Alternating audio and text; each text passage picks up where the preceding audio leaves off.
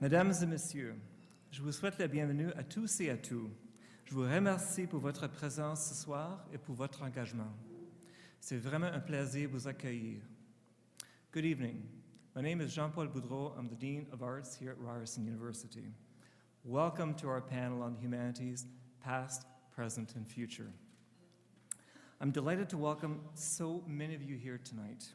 Our students, our faculty, librarians, colleagues from our sister universities, members of the public, and of course, our distinguished panelists.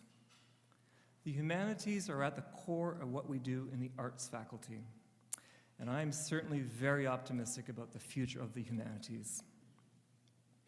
The humanities fuel our ideas, our communication, our creative endeavors. The humanities ultimately shape humanity. Universities have to have an interest in seeing the humanities thrive and flourish. Before I introduce our panelists, we have a surprise announcement that I'm confident that will be welcomed by you tonight. This will take just a few moments. With this, I brought a few special guests. I'd like to now turn the podium over to our Provost and Vice President Academic of Ryerson University, Dr. Mohammed Lashmi. Mohammed.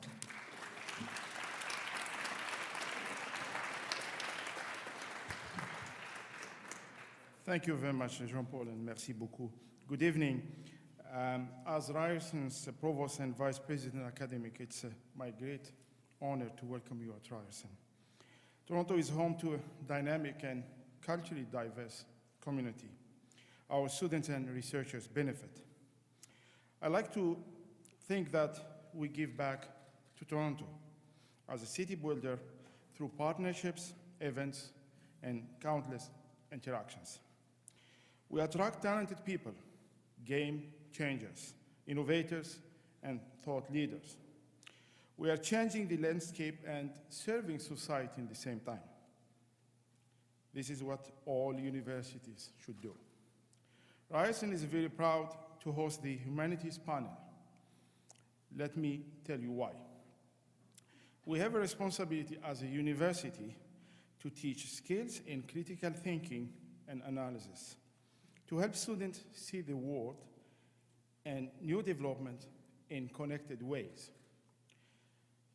So this debate on humanities, their role in the past, present, and future is relevant to all of us in the post-secondary sector.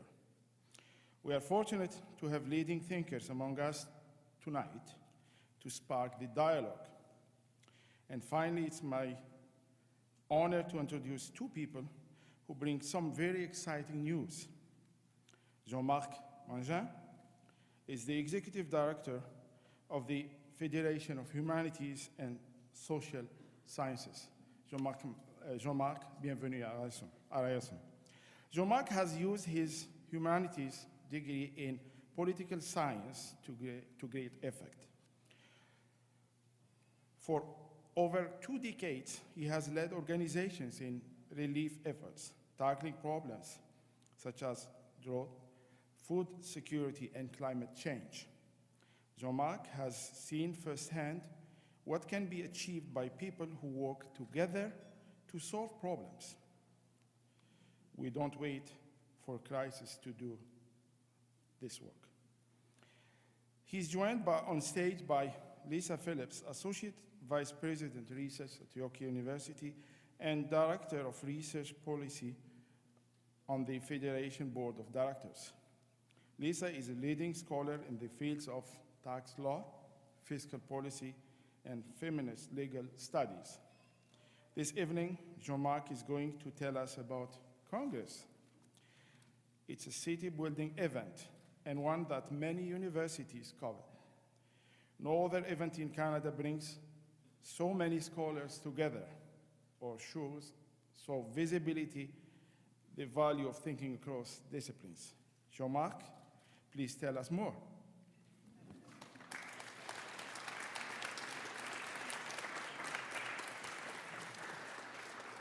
Merci beaucoup. Il me fait un grand plaisir d'être ici ce soir.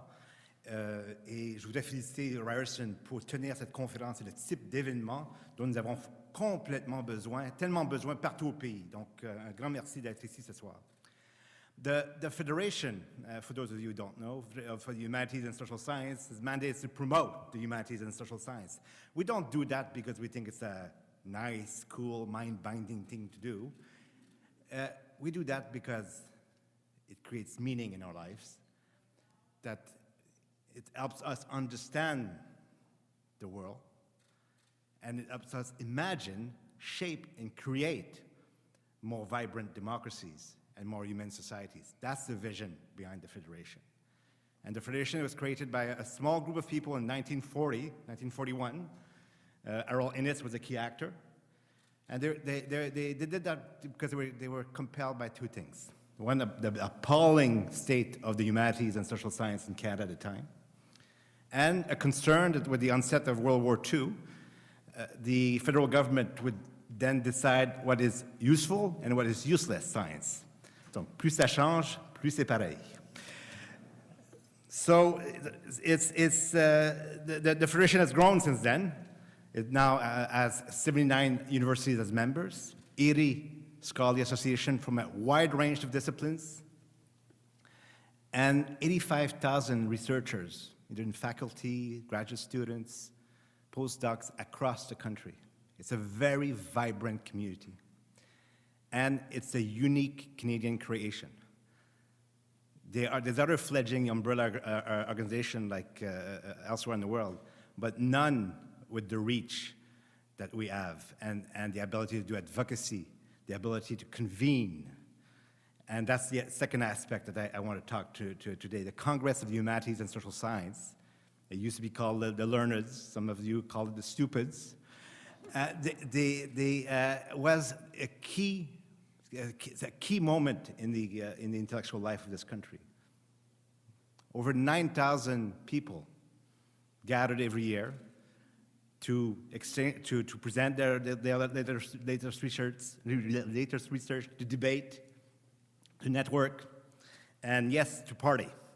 And one of your panelists tonight, Stephen Slemon from University of Alberta, organize each year a hell of a dance party. So watch out, Toronto.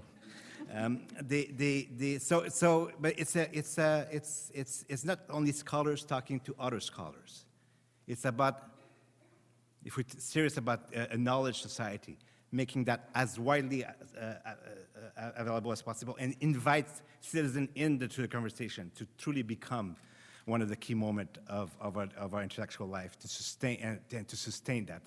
It's a collective responsibility for us to do it.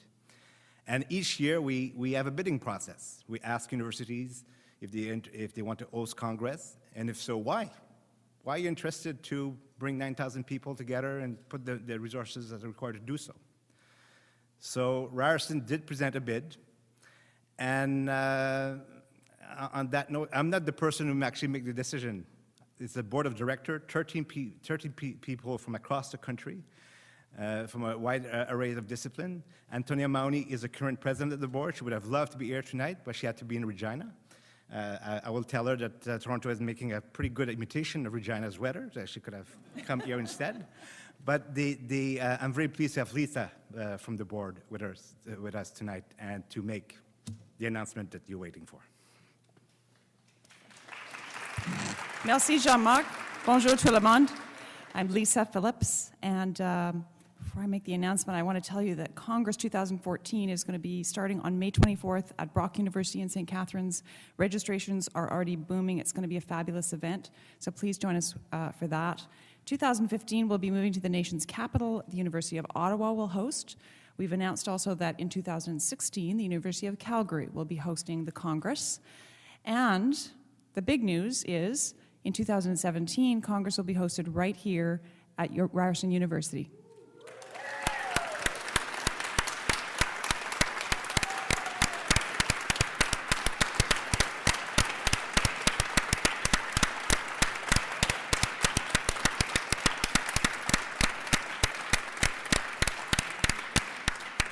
We are thrilled at the Federation about this development.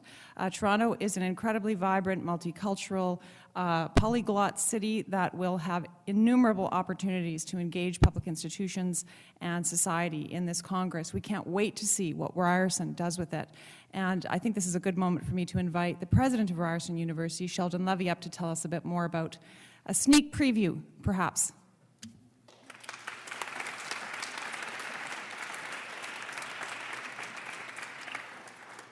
Well, thank you very much for that wonderful, wonderful news. And maybe I could rewind a bit and tell you, first of all, when the first time I heard of this idea, speaking to Jean-Paul, and I know at the beginning how many people put in the effort for the bid, and I want to thank them all personally for obviously their success. But when we were talking about it with Jean-Paul, I think what we were saying is that when people leave on 2017, they will never forget the 2017 Congress at Ryerson. So we were saying things like, if you can't do it well, then go home, or all sorts of expression, but it was really in a nutshell a commitment that we were going to do the very, very best Congress. So I hope the one in 14, 15, and 16 push us to do even more, but it's an exciting, exciting time for us. And I can assure everyone that it's around the corner and the planning has to be done very, very soon. I also want to assure you that the leadership of Jean-Paul was instrumental, but at the same time, the support of the administration to make sure that we are behind it, and that means both in spirit and effort, and of course money at times is also there. Quite often when we do talk about city building, we put it in terms of bricks and mortar, and there will be some really nice bricks and mortars ready, including the Student Learning Center that is coming out of the ground, and the gallery and the Gould Street and all of that. But in the end, city building is only for one person. It's for people. It's not for an abstract thing. And city building is also part of the responsibility when you bring great events to the city like this and you enrich the city. So this is, in fact, the most important part of city building, which is part of the cultural and historical building of the city and the university. And it's why when we opened the gallery on Gould Street and opened up what we thought was a new cultural street for the City of Toronto, it was so important to us because it was inviting the City of Toronto into Ryerson, but it was also bringing something very special in the humanities, social science, and art to the city. So if there is any reason why anyone would ever be concerned about the future of social science and humanities, I'm going to give you evidence today that you have nothing at all to worry about. So, everyone's wondering, how am I going to give that evidence? And maybe someone knows. Maybe Tamika knows. So let me tell you the story about Tamika. Tamika just got admitted to Ryerson for next year into English. But she is so interested and eager to be part of our community that she has come today from Mississauga to be part of this event. And if the world has a lot of Tamikas, then we have no worries at all. And I'm sure there are many Tamikas out there, but this one Tamika, I want to say welcome to Ryerson and welcome to your new community.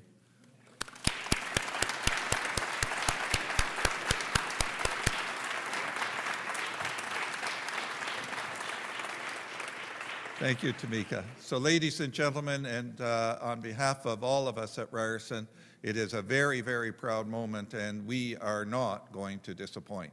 Thank you very, very much.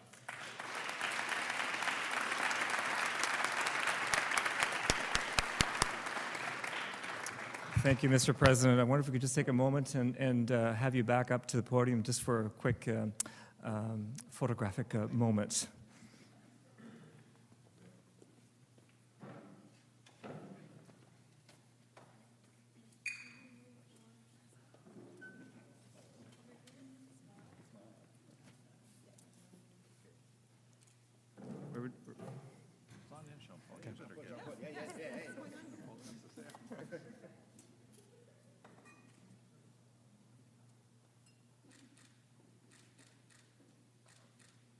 Just wait, we have to do this properly, because this is Ryerson, so we need the blue and gold in every photograph. So. We're going to put it around here.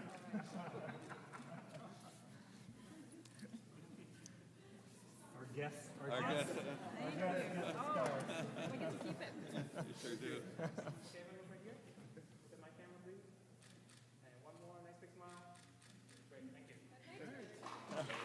Oh, sorry, this is one more, sorry, one more.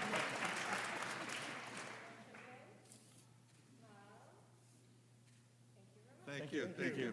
Thank you.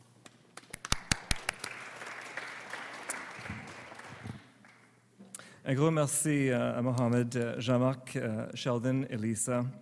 We chose this event tonight to make this announcement because we recognize the importance of the humanities to Congress. 2017 will be an exciting year, and we hope to have you all back at Ryerson on this campus.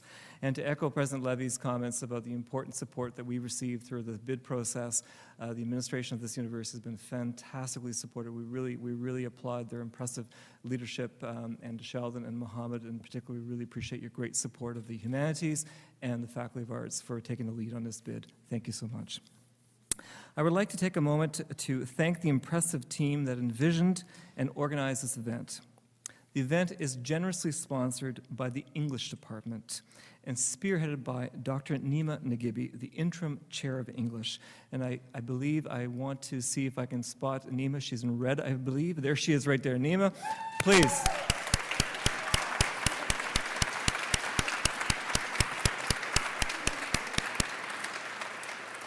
Thank you, Nima. We really appreciate your leadership. It's fantastic. I want to thank Charmaine McKenzie and Monica Yako and their team in the Dean's Office who organized the event. I thank our engaged humanities chairs in the Faculty of Arts, Arts Contemporary Studies with Dr. Stephanie Walsh-Matthews, History, Dr. Catherine Ellis, Languages, Literatures, and Cultures, and Dr. Marco Fiola, and in Philosophy, Dr. Andrew Hunter, for enthusiastically collaborating on this fantastic event tonight. Of course, and I want to thank our panelist and moderator. So it now gives me great pleasure to introduce each in turn. I will read short bios. The full bios are available on Flybits if you've downloaded that to your smartphone. And then I will ask each of the panelists to come to the stage. Our first panelist, Dr. Marianne Hirsch, who joins us from Columbia University. She is the William Peterfield Trent Professor of English and Comparative Literature, and a professor in the Institute of Research on Women, Gender, and Sexuality. Internationally renowned for her work on post-memory, she is the author of many influential books, including The Generation of Post-Memory, Writing and Visual Culture After the Holocaust. Marianne is the immediate past president 2013 of the Modern Language Association of America. Please join me in welcoming Dr. Marianne Hirsch to the podium.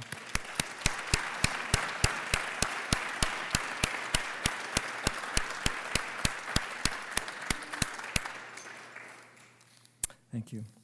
Our second panelist is Dr. Stephen Slemon, a professor of English and Film Studies at the University of Alberta. He is the author of numerous articles and chapters discussing post-colonial literatures and critical theory. Stephen is currently the president of the Association of Canadian College and University Teachers of English. It's a mouthful, so we abbreviate it with an acronym called ACUTE. And it's an apt acronym for the focus on the humanities here tonight. Stephen is also a longtime board member of the Federation of the Humanities and Social Sciences of Canada, and I've had the great pleasure of working with Stephen on the board for 2 years. He's an outspoken advocate for the humanities. Please welcome Dr. Stephen Slemon to Ryerson.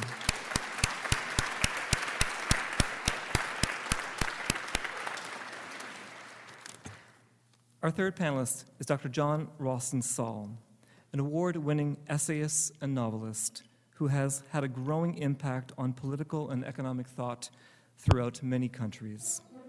He is the author of numerous books, including On Equilibrium, 6 Qualities of the New Humanism. His work has been translated into 22 different languages. Time magazine has declared him a prophet. Wow, that's great. and ranked him among the leading thinkers. He is president of Penn International and a proud, distinguished visiting professor in the Faculty of Arts at Ryerson University. Please welcome Dr. John Ralston Saul.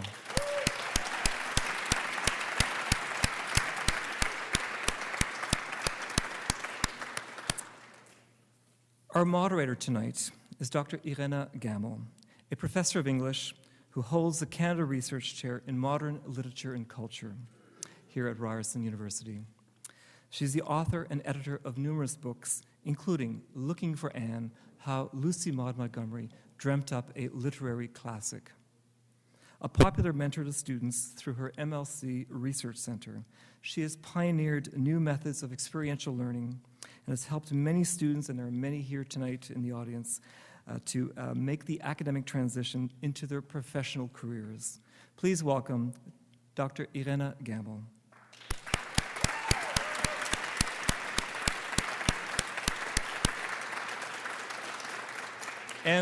And without further ado, I turn it over to our moderator and look forward to an engaging discussion here tonight. Thank you very much. Un gros merci. Good evening, everybody. We've already had a lot of excitement, and I hope we will continue to add to that. It's fantastic to see this great turnout here tonight with so many people, students. I know they are very, very excited, and we look forward to all of the questions. I think it's also fantastic, and I just want to say congratulations to Ryerson for being awarded Congress 2017. I think that will bring a lot of energy to the campus, to the arts faculty, to the humanities, and of course to the social sciences as well. But I also want to say congratulations to the Federation, because I think it's a fantastic match to have the Federation lined up with Ryerson University and kind of experience a new spirit of doing things involving very heavily digital media and so forth. So I'm delighted to be here tonight with this distinguished panel of speakers, and together I think we are hoping to move forward the discussion of the humanities themselves, and of course also with the audience. So we are really looking forward to your engagement. Tonight is the night when we really want to reinvigorate the humanities. The humanities most generally involve the study of human culture, and that is poetry, language, persuasion, ethics, philosophy, literature.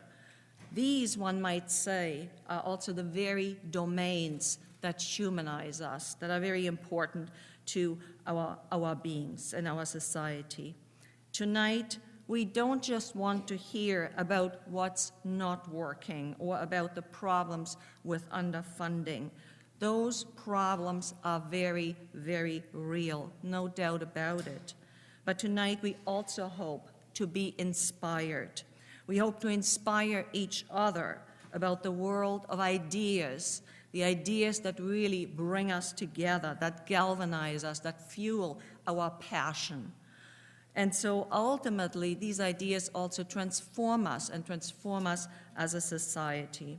And to that end tonight, I know the onus is very heavy, but we are looking toward the audience for ideas. Ideas are generally born at the grassroots, and we are looking toward our panelists, our distinguished speakers who will be bringing their ideas to us. So our format tonight is very simple. Our speakers will each deliver just brief comments, no more than 13 minutes, about their view of the humanities, past, present, and future. And after these remarks, we will have about 30 to 40 minutes for our audience to comment and pose questions to advance our conversation. So the idea is really to have a turn-taking, a nice conversation between all of us. And now I ask Dr. Marianne Hirsch to come to the podium for a few remarks, and let's please give her a second warm Canadian welcome. Marianne. Bonsoir et merci de l'invitation. C'est un grand plaisir d'être parmi vous. Good evening, and thank you so much for the invitation. Thank you to the English department, to Jean-Paul, and to Ryerson University for sponsoring this really exciting discussion. So who will lead America into a bright future? Citizens who are educated in the broadest possible sense so that they can participate in their own governance and engage with the world. An adaptable and creative workforce, experts in national security equipped with the cultural understanding, knowledge of social dynamics, and language proficiency to lead our foreign service and military through complex global conflicts. Elected officials and a broader public who exercise civil political discourse founded on an appreciation of the ways our differences and commonalities have shaped our rich history. We must prepare the next generation to be these future leaders. You can see that I stumbled, so these are not my words. This is actually the beginning of the Heart of the Matter report on the humanities and social sciences that came out in the US last summer. The report was sponsored by the US Congress, and it was undertaken by a commission of very distinguished academic and civil and political leaders under the auspices of the American Academy of Arts and Sciences. The idea was to produce a report that would articulate the value of the humanities and social sciences and promote their importance, and this in the aftermath of a 2007 influential blueprint on the future of the STEM fields, science, technology, engineering, and medicine, that was entitled, tellingly, Rising Above the Gathering Storm. So I wanted to read you the beginning of this report to show you how it was framed. Very grand language, future leaders, bright futures, cultural understanding, national security. The report's cover was a huge United States flag, and its colors, not surprisingly, red, white, and blue. The report outlines, don't get me wrong, the report outlines a multifaceted program of education in language, in critical thinking, in interdisciplinary training, in innovation and public engagement that all of us can certainly support. It promotes support for teachers and scholars. It's dedicated to communicating the importance of humanities research to the general public. In no way do I want to be critical of its recommendations, nor of the intense and provocative public discussion that the report spurred last summer in conjunction with a parallel report that came out at approximately the same time that was issued by Harvard University.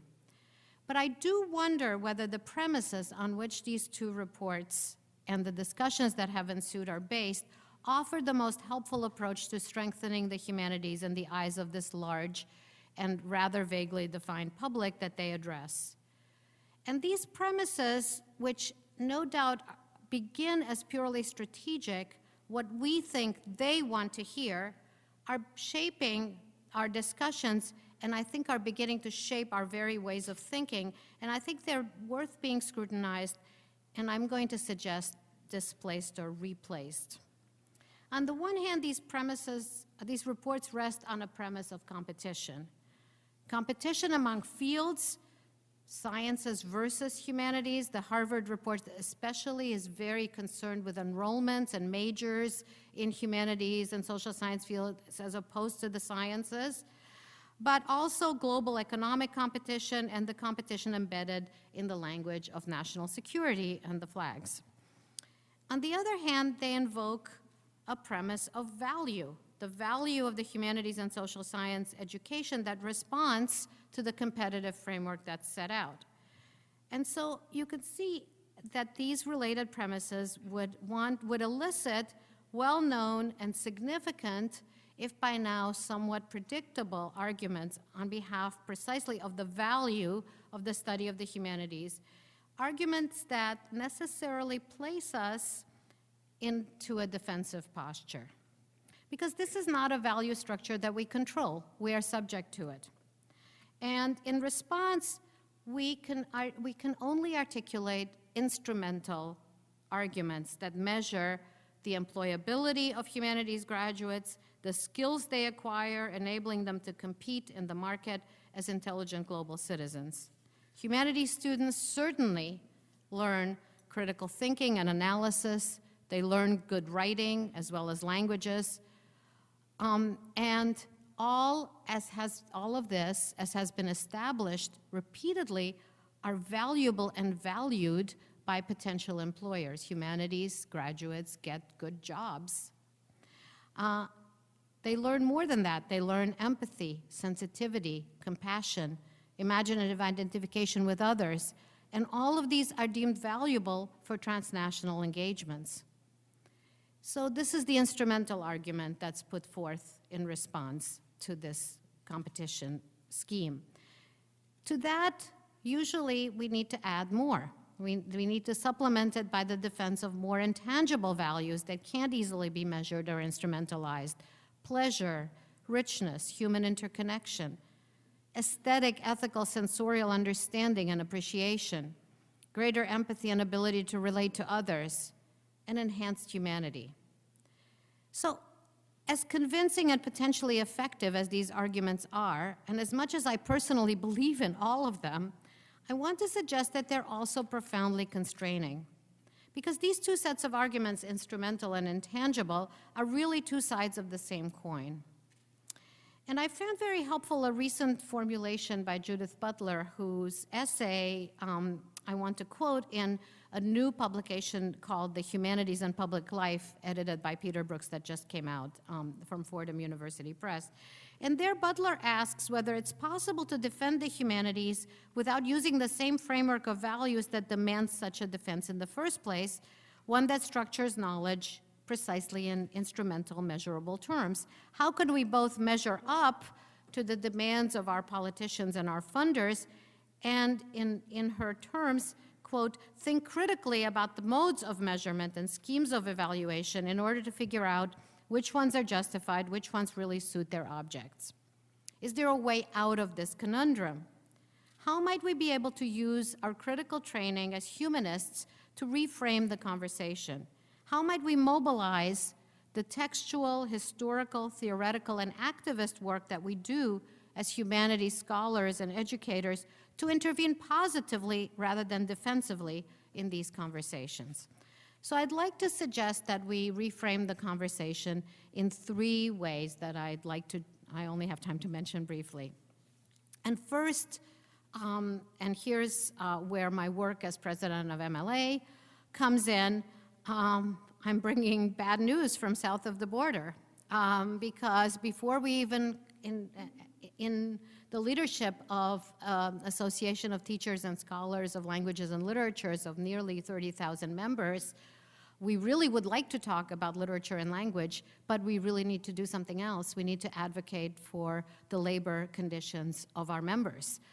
We have to worry, and we have to worry about the cost of a college degree to our students, the drastic increase in student debt, the limited funding for graduate education in the humanities, which I gather is a very big factor in Canada as well, the cutbacks in jobs, especially tenure-track jobs, and the severe exploitation of part-time and non-tenure-track faculty in our departments, and also in the US, the growing disparity between public and private institutions. Even today, the latest issue of the Chronicle of Higher Education has an article on the kind of demise of public institutions in the US.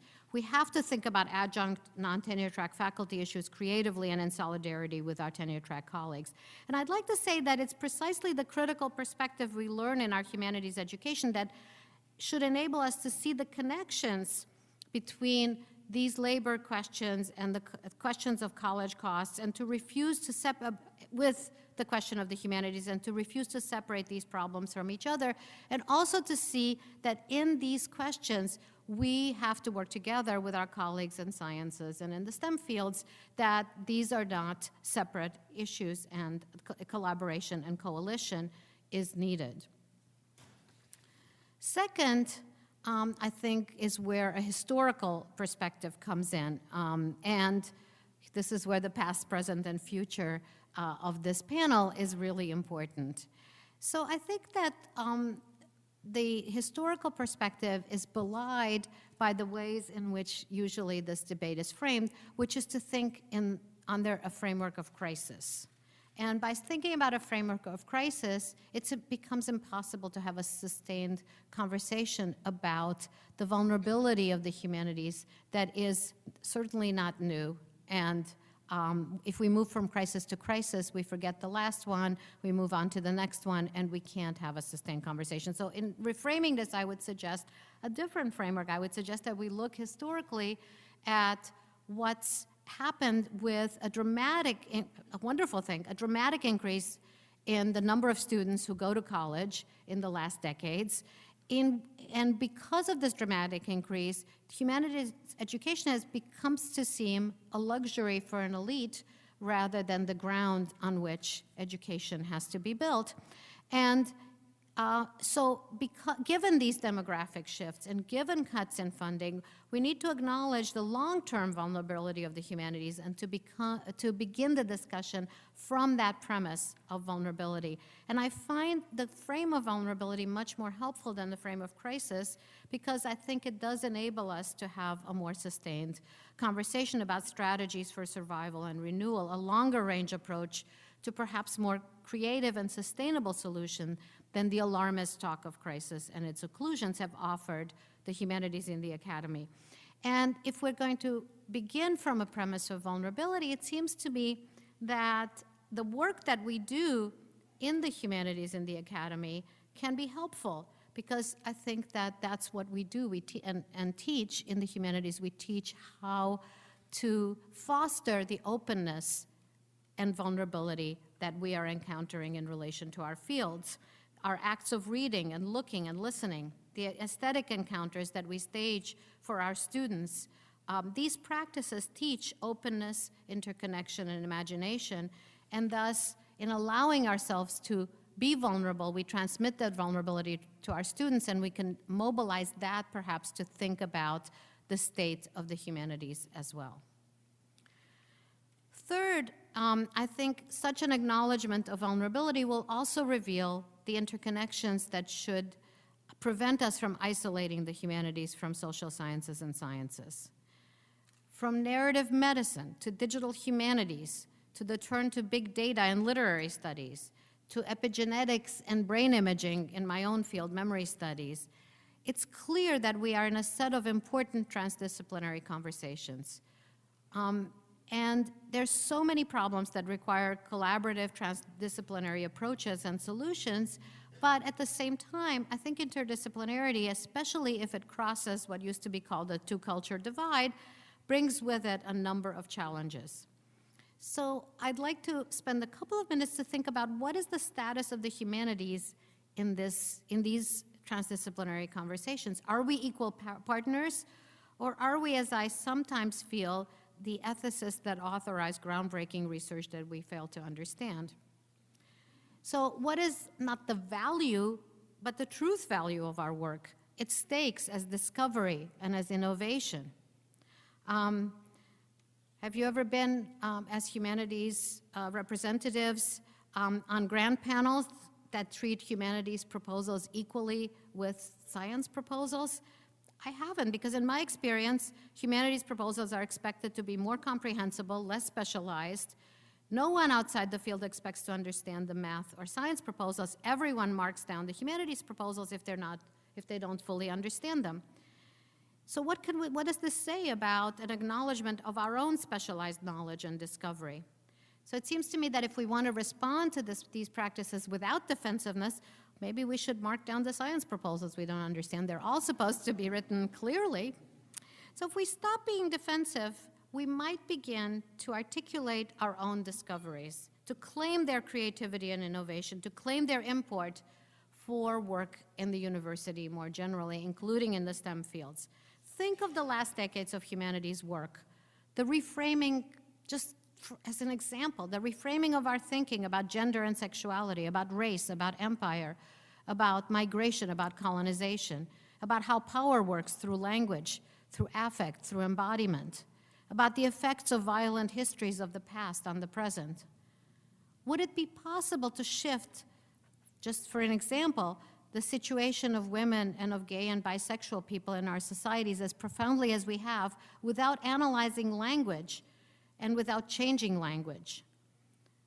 Is it possible indeed to work in a globalized world and to think about globalization without thinking profoundly about language and about translation, without slowing things down to point out the untranslatabilities? I often think that our job is to slow things down, and we have this little phrase that when we apply for grants from the center that I'm heading on social difference, we say we engage in slow thought. It's sort of like slow food.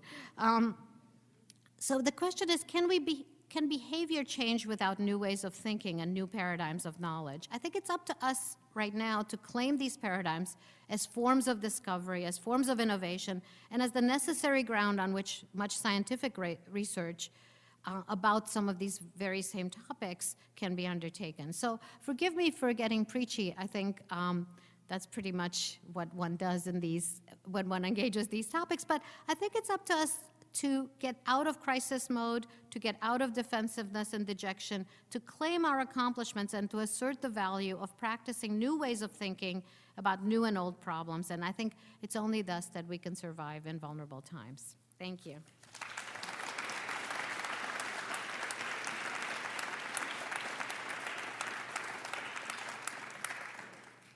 Thank you so much, Marianne Hirsch. Very, very nice. And I also thought the insights sort of from south of the border are quite fascinating, and then to see how that relates to Canada. We will hold our questions until all speakers have presented their brief remarks. And so without much further ado, I'm now calling to the podium Dr. Stephen Slemon.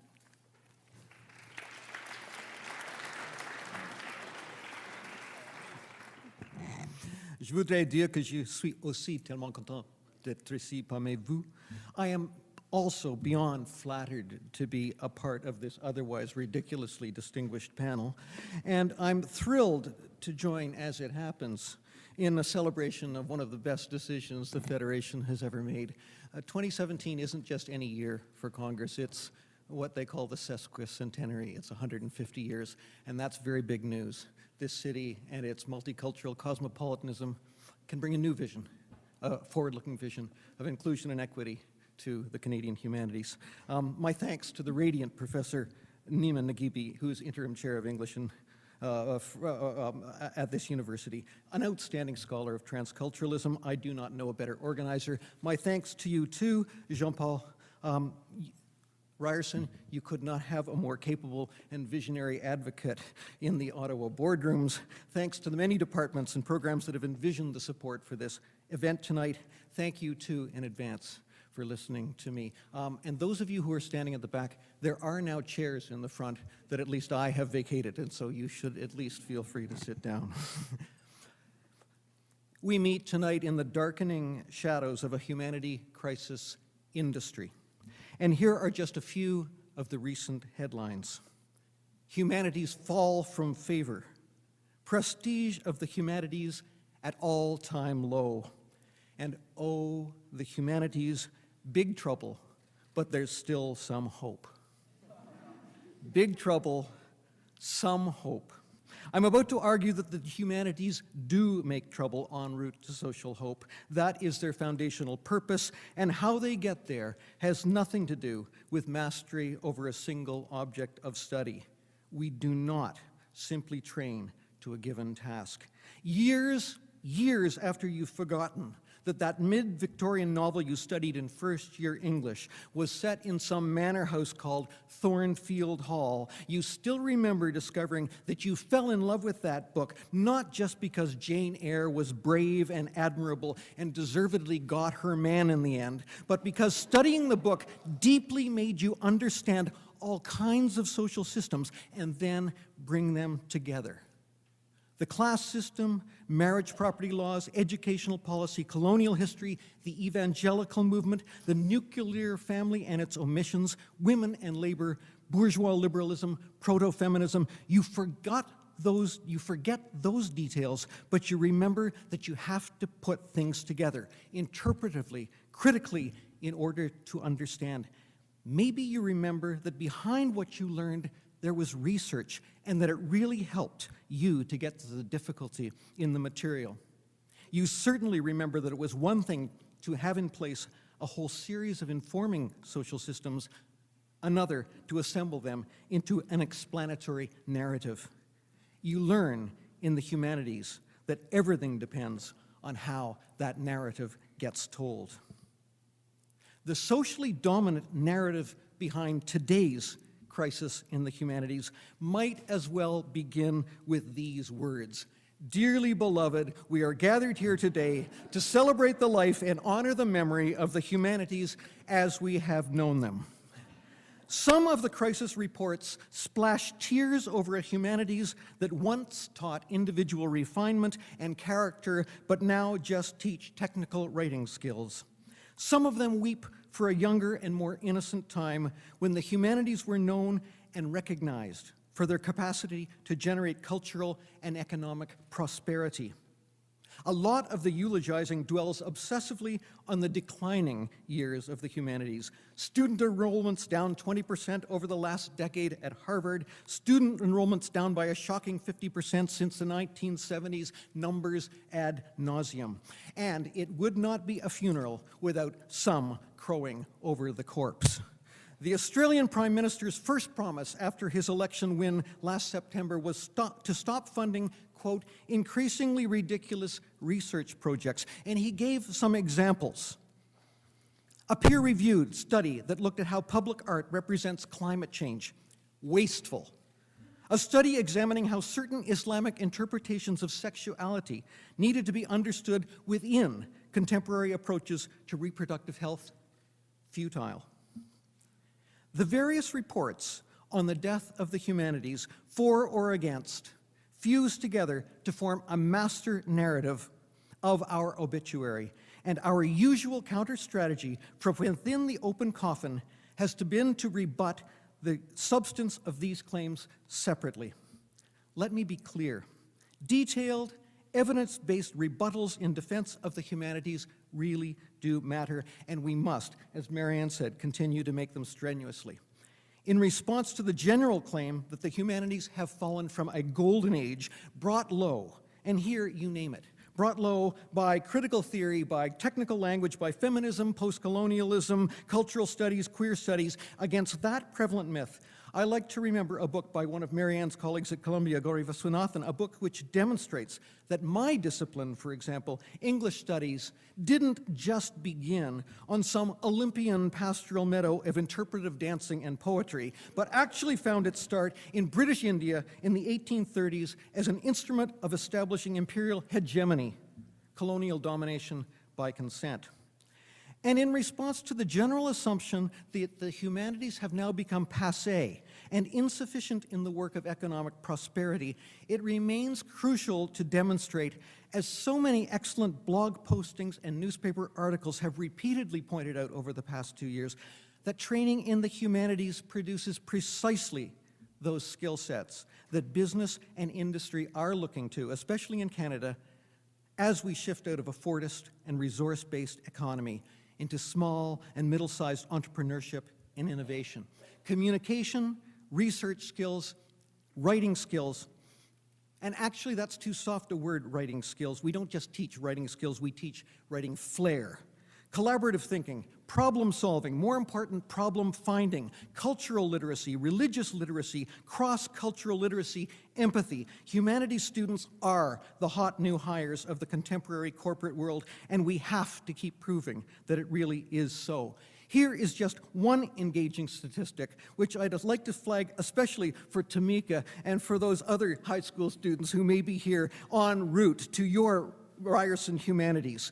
And here it is. The Association of American Colleges and Universities has just published a study that shows between the ages of 56 and 60, long time off, but those are your peak earning years. In those years, liberal arts graduates actually earn more than do graduating majors from the professional programs. More money, not less. More money, not less. I don't think that's a fact you've been hearing. And in response to the ubiquitous claim that student enrollment numbers in the humanities are plummeting as Canada globalizes and as students wake up to new economic realities, it is important to remember that everything also depends on how you count. Humanities majors are down in the elite research universities, but that's majors, not student minors, not a count of those students who take courses variously as they create their own programs of study. The Association of Universities and Colleges in Canada reports that humanities enrollments are actually way up since the late 90s when you look across the post-secondary system. The humanities disciplines are not just being crushed by the looming Darth Vader-like presence of the science, technology, engineering, and mathematics, the STEM disciplines. The largest growth in student enrollments over the past 50 years has been in the social sciences. The social sciences, our interdisciplinary collaborators, our friends. Canadian students are not simply opting out of the humanities disciplines. And if there is a single motor behind the decline of reputation for the academic humanities now, it is the corporatization of the public university into an industry-partnering, profit-taking enterprise designed for private economic profit-taking at the expense of genuine social wealth. But point-by-point rebuttal of the individual cause-of-death claims for the humanities will not transform the dominant narrative that constructs the humanities crisis industry. The narrative of wholesale university repurposing towards the goal of easily accountable economic development.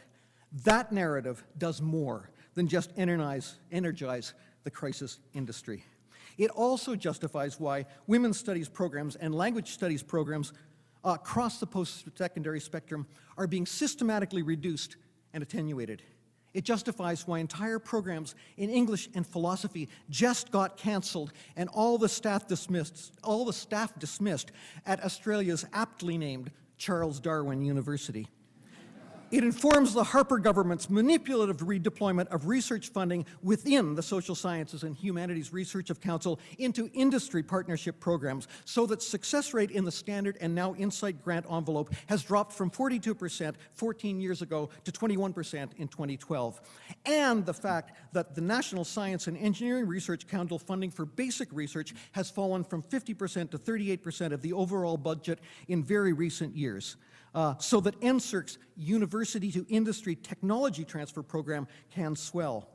That dominant narrative of pragmatic university corporatization justifies why it is that reportedly 3/4 of the faculty now teaching in post-secondary institutions in North America are hired not into the tenure track, but as contract academic faculty, most of them teaching without job security, without benefits, without a pension plan, most of them working without decision-making voice within their own departments and faculties, many of them working full-time and earning about 1/4 of what their tenure and tenure-track colleagues earn, and all of them doing academic labor without meaningful access to the exercise of academic freedom. We need to make trouble with this justifying narrative and to tell our stories differently.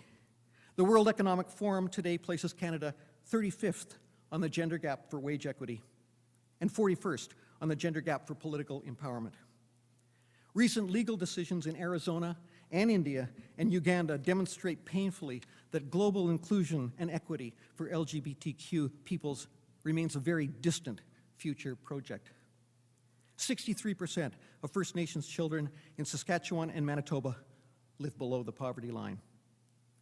Our health in the humanities disciplines resides in profound ways in the histories, philosophies, art forms, and knowledges of exactly those people made marginalized by the master narrative of global neoliberalism. We will not save ourselves from the real crisis if we instrumentalize our humanities disciplines into training centers for business writing or reduce our disciplinary research aspirations to unequal participation in some government-inspired interdisciplinary project designed to bring university and industry partners together in pursuit of economic gain. The institutional humanities can lose heart. But what holds us is our capacity to provide intellectual compass to those marginalized, disenfranchised, and yet hopeful individuals and communities who come to the seat of learning in search of social change. Where the humanities give hope is in their constant and unstoppable commitment to trouble the dominant narratives of our and other times, to read those narratives critically, to locate and understand their informing sources, to reassemble their story parts into alignment with different ways of seeing, and then to tell it otherwise.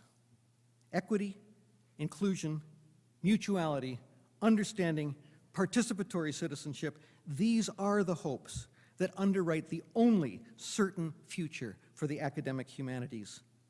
They are why it is that a final death notice for the academic humanities can never quite be written. Thank you.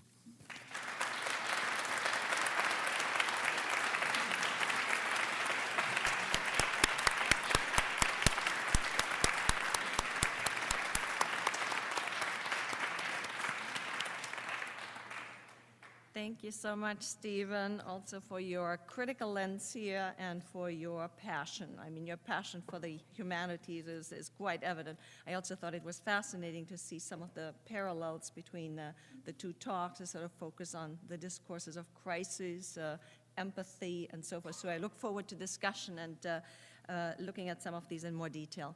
For now, I would like us to welcome our third speaker, Dr. John Ralston Saul. Please welcome him.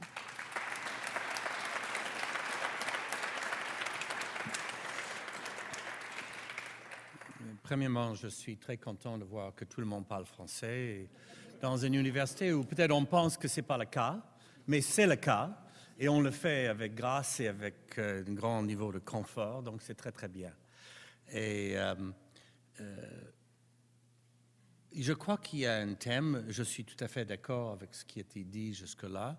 And you began with a quote, and I'm going to begin with a quote, which will, in a sense, fit with yours. I'll just read it out.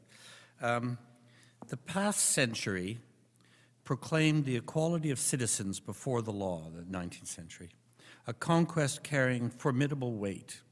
This century, the 20th, upholds, in fact, consolidates this principle, but adds another, which is nonetheless fundamental: the equality of men before work, understood as a duty and a right, as a creative joy that broadens and ennobles existence rather than mortify or depress it.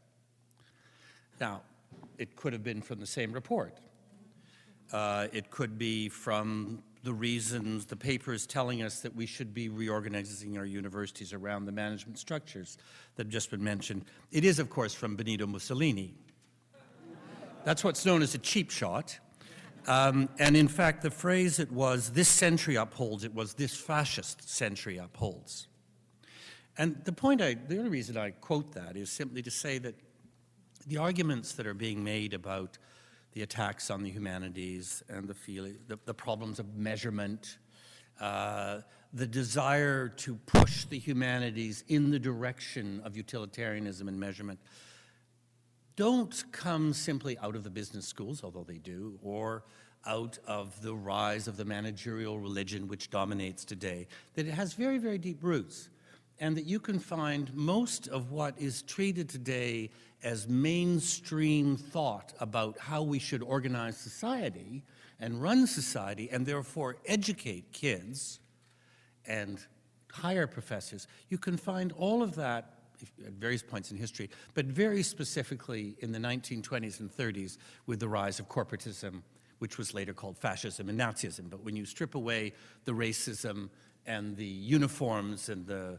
desire for war, what you find underneath all of that was a shared philosophical belief in corporatism, which was the idea that we are essentially utilitarian people, and that individualism, whether responsible or unresponsible, has failed, and that we should be organized on the basis of self-interest and interest groups.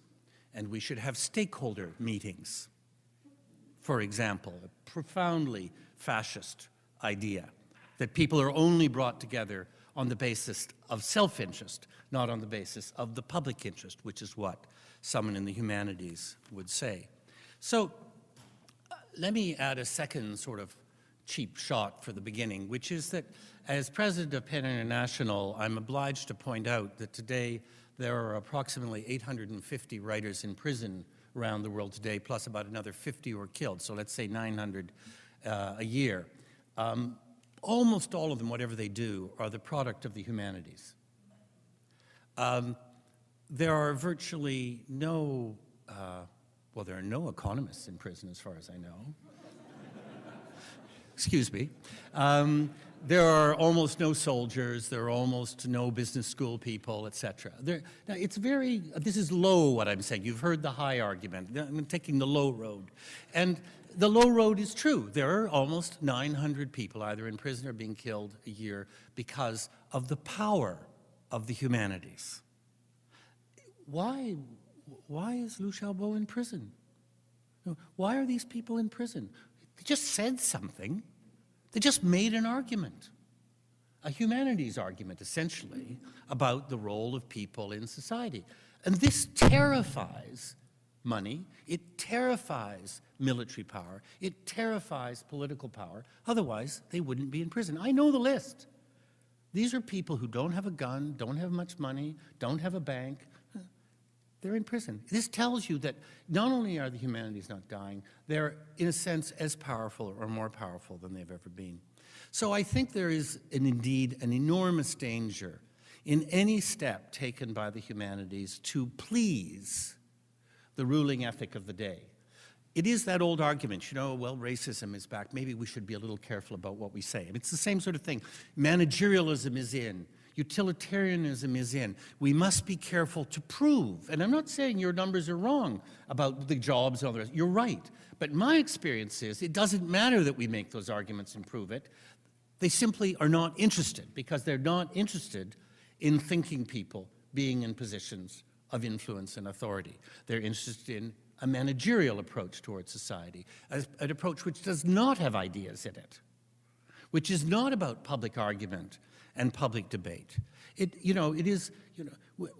always say to people, well, go out there and ask people, what do they understand about Russia today?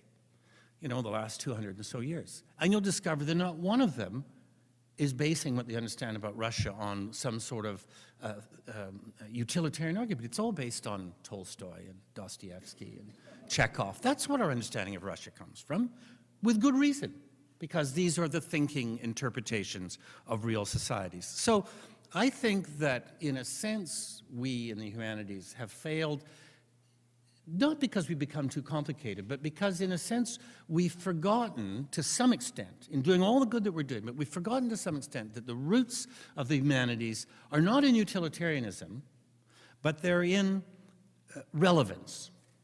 And when I say relevance, I think the example that was given about the PhDs not being relevant is, it's when you know that Prime Minister, for example, in Australia, it's deeply funny. I mean, I had breakfast with them a little while ago. This is not a competent person, to put it politely, very politely, and hardly functional. The fact that he's there is a mystery, a total mystery. But we have to say to ourselves that the roots of the humanities lie in a sense of, well, how are we going to live the life? How are we going to live the examined life? And therefore, it has a universal side to it. It has a, what are we doing all around the world? But it's always had, right from its roots, a very local side to it. It's relevant to the societies in question. And I think what that means is that we have to look very carefully, for example, in Canada, allow me to be not provincial, but relevant, that we have to think, well, what can the humanities do in Canada? What is it that we can do that's interesting to Canadians so that they can use that, A, to live in Canada, and B, that when they go somewhere else, they have something to say which actually comes out of the roots, the ground, the place, the experience, the reality. That's not utilitarianism. That's actually that's something that Erasmus would have said, much better than me, or Vico would have said, or Confucius would have said when he's interpreted properly. As opposed to the way the governments tended to interpret Confucius as a utilitarianism, which he wasn't at all. So let me just give you a single example. our universities are structured and our humanities are structured to a great extent as inheritors of the European tradition of the university. I know how that happened. We all know how that happened, and lots of good stuff came out of Europe. And I think it's actually become more and more that way as we've gone further and further down a sort of linear road, a footnoted road, a reference back to road. And as I'm constantly joking, if you look at the way we teach philosophy, nothing original has been thought in Canada in 400 years. I mean, so bad that Charles Taylor was forced out of the philosophy department, right? And that McLuhan and Innes are not taught in philosophy because you can't have original thought in a North American philosophy department. In the States, there's a little bit, but even there, the original thinkers are pushed to the edges because it's all got to relate back to Emmanuel, Kant, or whoever. And so we really have to think to ourselves, is this right? Is this the way to do it? I mean, if we can't put Innes in philosophy, there's something wrong with the way we're thinking about philosophy. If we can't put McLuhan in philosophy, there's something wrong. And if Charles Taylor has to be moved to, was it political science or something? There's something deeply wrong. And I'm not just picking on one area. I'm saying there's an approach there which is basically 400 years of following the European model. And I'll give you a very simple example, which is this country has 2 official languages. 1/4 of the population speaks and lives in French, and half of the bilingual and bicultural people in Canada are Anglophone, which has been done in the last 40 years. So that takes it up over 35% or something like that.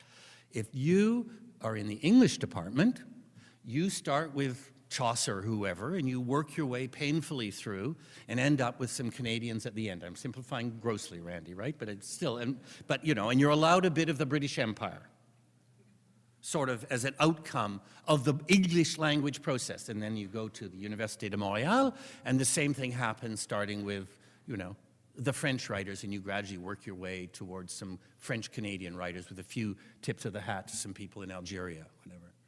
So that you can have the most famous Anglophone writer and the most famous Francophone writer in Canada living side by side in Montreal or in Toronto. Their children can fall in love, have sex, produce children. Their fathers can get angry and whatever, but you can't study them together.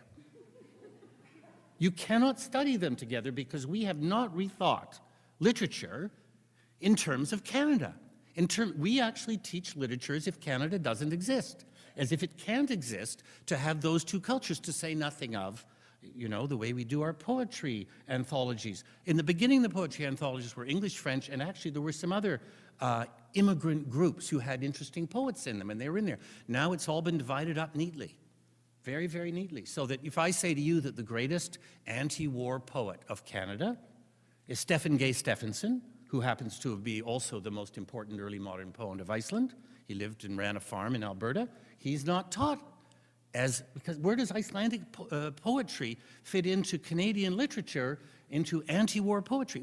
In other words, what I'm saying is that there's a desperate need, I think, to do the exact opposite of what we're being asked to do, which is to imitate the utilitarian. There's a desperate need to move in the other direction and to say, let's do something that they're not doing in Columbia. Not because it's better or worse, but because it's different. Let's do something they're not doing at Harvard or in the Cambridge or the Oxford tradition. Let's do something which is totally relevant here. And when you're in a city, which is the single most experimental city in the world, in terms of the population and the way the population lives, over 50% born elsewhere, every language in the world, a different way of people living together, you have to not simply have a wide choice of courses, you have to rethink the way literature is taught, the way philosophy is taught. There's a real need to go back, when those young people walked off in whatever century it was, the island in the middle of Paris, and set up the Sorbonne on the left bank. We have to literally do that. We could stay in these rooms because they're not bad, but we actually have to have some kind of internal revolution where we rethink completely what literature, what philosophy, what the humanities are supposed to look and sound and act like in this place. And I think the same is true about New York, or the same is true about the Western United States. We have to reject I'm being overly simplistic on purpose. I believe more and more, with every month I believe this more and more, we have to profoundly reject the European university tradition. We have to drop the idea of international measurement completely. We have to come up with the idea that there is originality and need for deep intellectual thought and questioning everywhere, and it is different everywhere. And that is how you get an interesting international conversation going, is through the positivism of difference, not through, well, we're all teaching the same way and we're rated in the following way. And my last comment is simply this. I think the other element which is particularly important in the humanities in Canada is that we are extremely fortunate that in spite of acting extremely badly for over a century towards Aboriginal peoples, we have the fastest growing part of the Canadian population is Aboriginal. The university population of Aboriginals is growing by leaps and bounds. The number of young and brilliant Aboriginal professors in our universities, including this university led by Hayden King, are growing by leaps and bounds. Some of the best philosophy being written in this country is written about about Aboriginal philosophy without reference to European philosophy, by people like Richard Atleo, the father of the National Chief, and so on. And we're not taking this into account. We're starting to get the groups, you know, the Aboriginal study groups here and so on. But I think that we need to take the way we teach literature, the way we teach philosophy, and so on, and say, in Canada, how do we insert right into the core of it Aboriginal ideas on the environment, Aboriginal ideas on community, on belonging, on immigration, on literature. In some ways it's happening anyway, but we have to willingly say the time has come to do something absolutely radical. Now, all the universities can't do it at once, all the departments can't do it at once, but I think this is the sort of university that actually could surprise everybody by just saying, we're not going to do it that way anymore. We're going to do it differently and sit down and say, which department do we start with? Let's try and have a revolution. I would say start with philosophy and literature.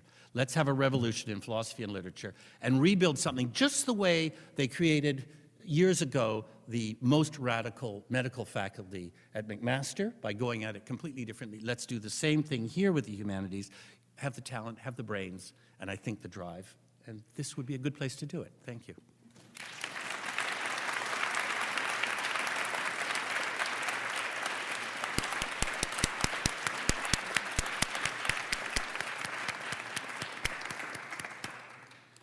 Thank you so much, John Ralston, Saul. Wonderful. A revolution in philosophy and literature. I hope we'll take that as an inspiration. It certainly is wonderful. I'm born on the 14th of July, and so in that sense, it's... Revolution I'm calling for. So let's stay away from that. Kind of let's stay away from that altogether. Super.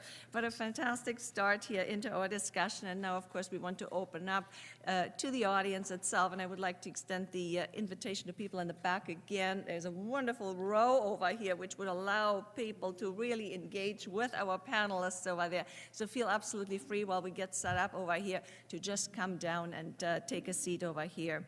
And, you make us nervous standing at the back. There's this empty row at the front, as if you're all Protestants, you know, who can't sit in the front. You know. Maybe they are planning the revolution, so. So at this point, we welcome your comments, your questions, your musings, your provocations, your revolutions, your advocacies, and there are many different ways of course, of bringing these questions to our table here. The only thing that we would like to ask you to do is that you first state your name and affiliation. If you do have an affiliation, no worries if you don't.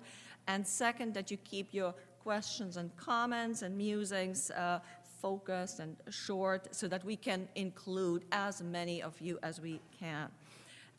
You can also post questions and comments on Twitter, and to do so, very, very simple, use our hashtag, which is Humanities Future. Humanities Future as a one word. We would like to also ask the panelists to keep their questions sort of relatively short and think of this as a conversation. So lots of turn-taking is what we are after. And now I would like to turn to our audience and ask, are there any questions to start us off? Any plans to take us into the revolution that has been proposed?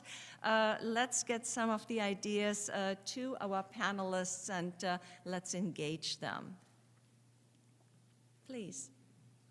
I'm a retired engineer, so I understood humanities to include economics, for example. So it seems to be such an umbrella term. But, for example, economics included some of the ideas in humanities, in other words, like Hayek's ideas about individualism and the perfect market. So it would appear to be there are wars inside the humanities. So when we talk about the humanities, obviously, to me, there seem to be wars there. And the wrong side, in my opinion, are winning the war. And of course, I'm all in favor of culture and learning and all of the good things that are there. But inside all of these ideas, there can be very poisonous ideas. The idea is that the cultured people, the Nazis, the cultured people, when they were busy after operating the gas chambers, they went home and they might have read poetry, listened to nice music, loved their children. And then the Sears building, you know, all the people were fired over there a few weeks ago, presumably by lots of people with humanities degrees. So to some extent, I'm just wondering, to what extent can the good people inside the humanities fight the good fight? Because over the last 40 years in Canada, I wonder how many of those companies up there, if they got the word from head office, okay, we have to cut down on the cost, fire another 50 people, how many of those people are going to go back to their lessons on empathy? In other words, I think the mode of production is a big, big issue, and maybe we're struggling to try and influence the tail rather than the dog. Thank you. And more recently, then you have civilized Western societies justifying, legalizing torture. You have Americans going to war with the Brits, killing possibly 1 million people in Iraq. You have Canadian soldiers killing farmers as heroes in Afghanistan for the last 15 years. These poor bastards wouldn't even know where Toronto is, and they're getting bombed daily no doubt by people with humanities degrees as well as engineering degrees. Mm-hmm. So again, there are real problems, and best of wishes. Mm-hmm. Best wishes to you all. Can I just comment on The Economist? Let's put it this way. Economics, as it was established, was indeed, in my view, part of the humanities, and the economic historians, in a sense, were the leaders in the thinking in that field. But what you've seen over the last 40 years is the gradual elimination of economic historians and the promotion of microeconomists who are essentially statisticians without purpose, in a way, and macroeconomists who are increasingly mesmerized by the microeconomists. So in a way, I think what you've seen over the last 40 years is economics, with some exceptions, slipping out of the humanities into a kind of utilitarian field which thinks it's a science, which it is not. And so you've actually seen the economics field cozying up, if you like, to the management schools, which again is a utilitarian field. So it's a very precise thing that's been happening. There are exceptions to the rule, of course. There are economists who are still part of the humanities, but they're basically not rewarded in many places. They're very marginalized, even now, even with the failure of the microeconomists and the macroeconomists. It's just... Thank you. Any other comments?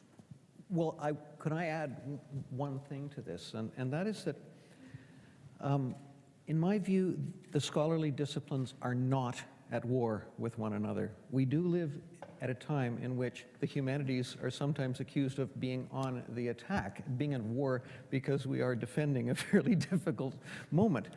But the claim that the humanities are irrelevant, which is a very common claim now, is, I think, especially rife precisely because they are not irrelevant, precisely because they make some very trenchant and important arguments. I think the capitals are coming down on many of the formal academic disciplines, and we are all in each other's world in radical kind of ways. I am not against an interdisciplinary engagement with engineers and with scientists. I'm at the University of Alberta. I'm part of a team that's trying to make mountain studies foundational to our university's core mission, to its idea. And we are trying to make it possible for students to take certificates that would give them a BA in science, arts, environmental studies, native studies, physical education and recreation, but to focus on the interdisciplinary mountain studies. And so that I'm very involved in those kind of enterprises, and I support them fully.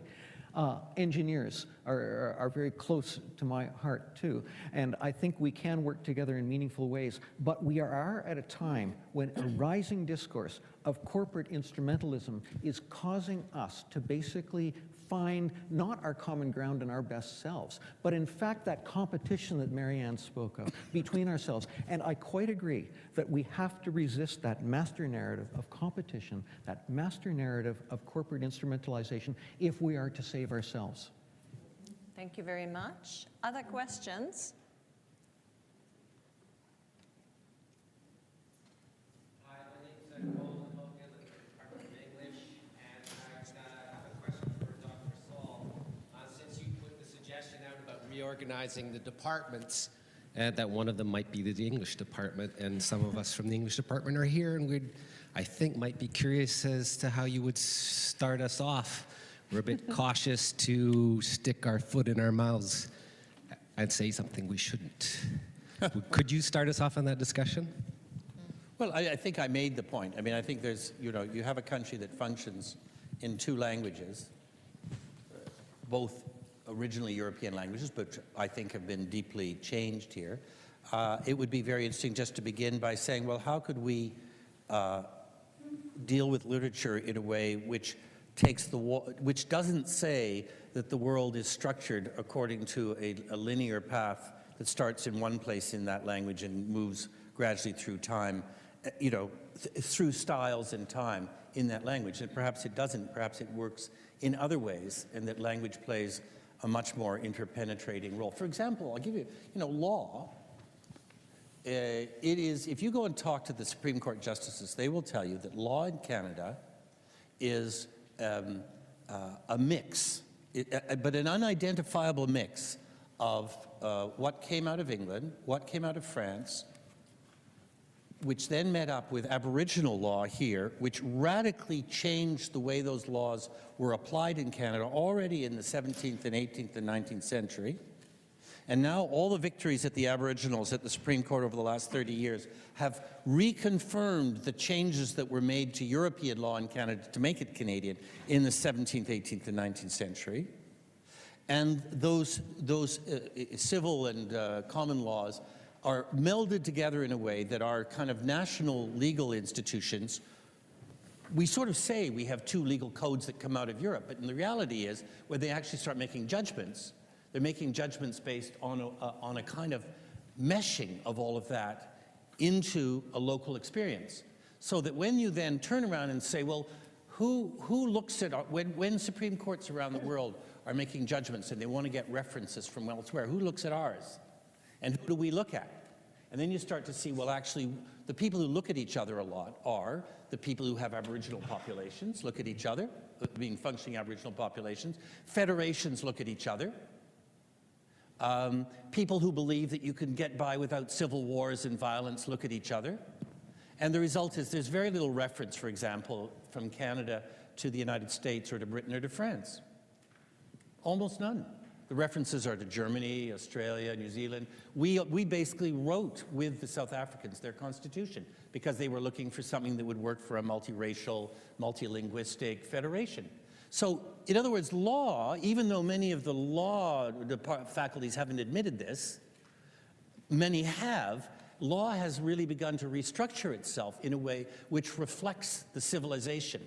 And then they go around looking for countries that are interested in in that. Well, I think one could start thinking about literature in the same way. Okay. And I think we have Marianne on that same question as well of how do we restructure English departments in positive ways. So my job at MLA was a 3-year position. You're vice president for 2 years, and then you're president. And as soon as I got elected, the executive director asked me what did I want to do, and I said, I know exactly what I want to do, but you're going to hate me. What I want to do is restructure the structures of knowledge of the association, because the MLA is divided by divisions and discussion groups that are the kind of intellectual cornerstones of the field. The last time they were restructured was in 1974, exactly 40 years ago. Things were added since, but the basic building blocks have remained the same. And their languages, their national literatures, there's some interdisciplinary fields, and then some comparative fields. But we take them for granted, and the fact that literature is divided by centuries, I mean, who decided that the century was the main categories through which we think about literary production? And so I undertook that with a working group. We had lots and lots, some of you may be members, we have lots and lots of consultation on our new web platform, the MLA Commons.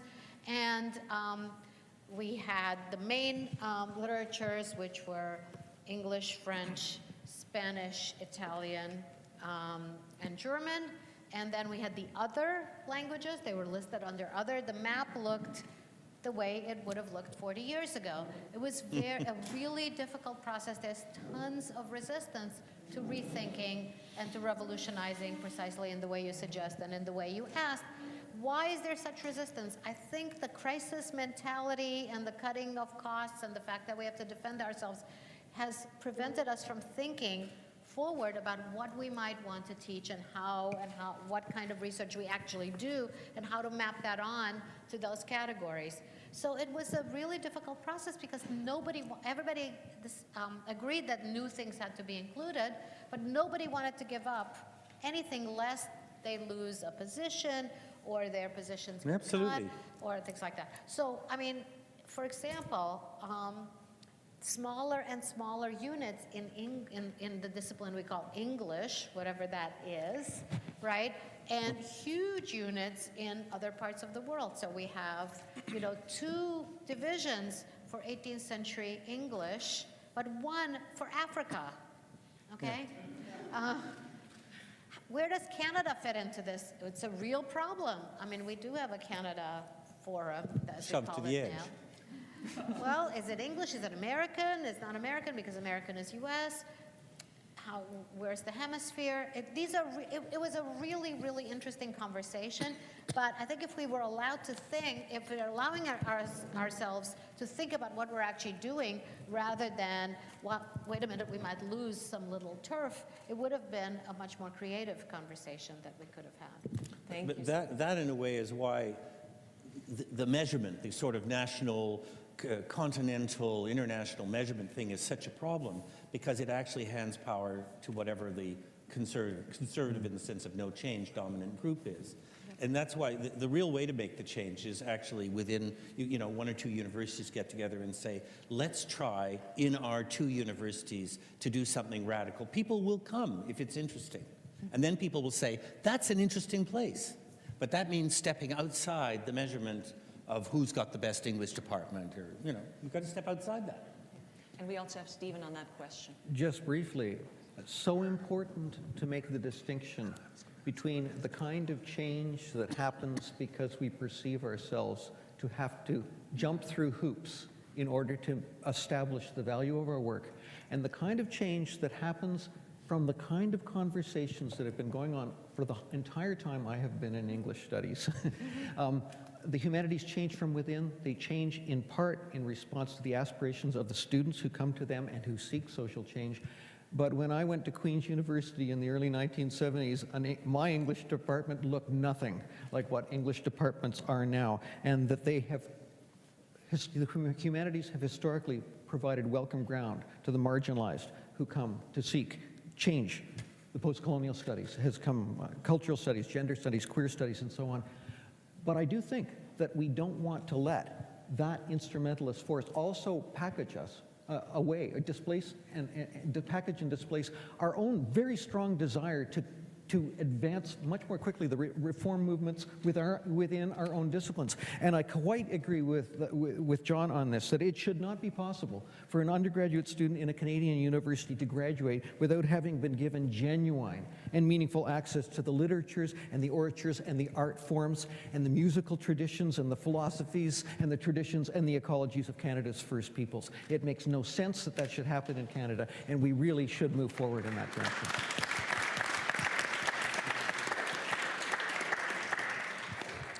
Thank you very much, and we have more questions. Oh, I can wait. The microphone here to the front, please. Sorry.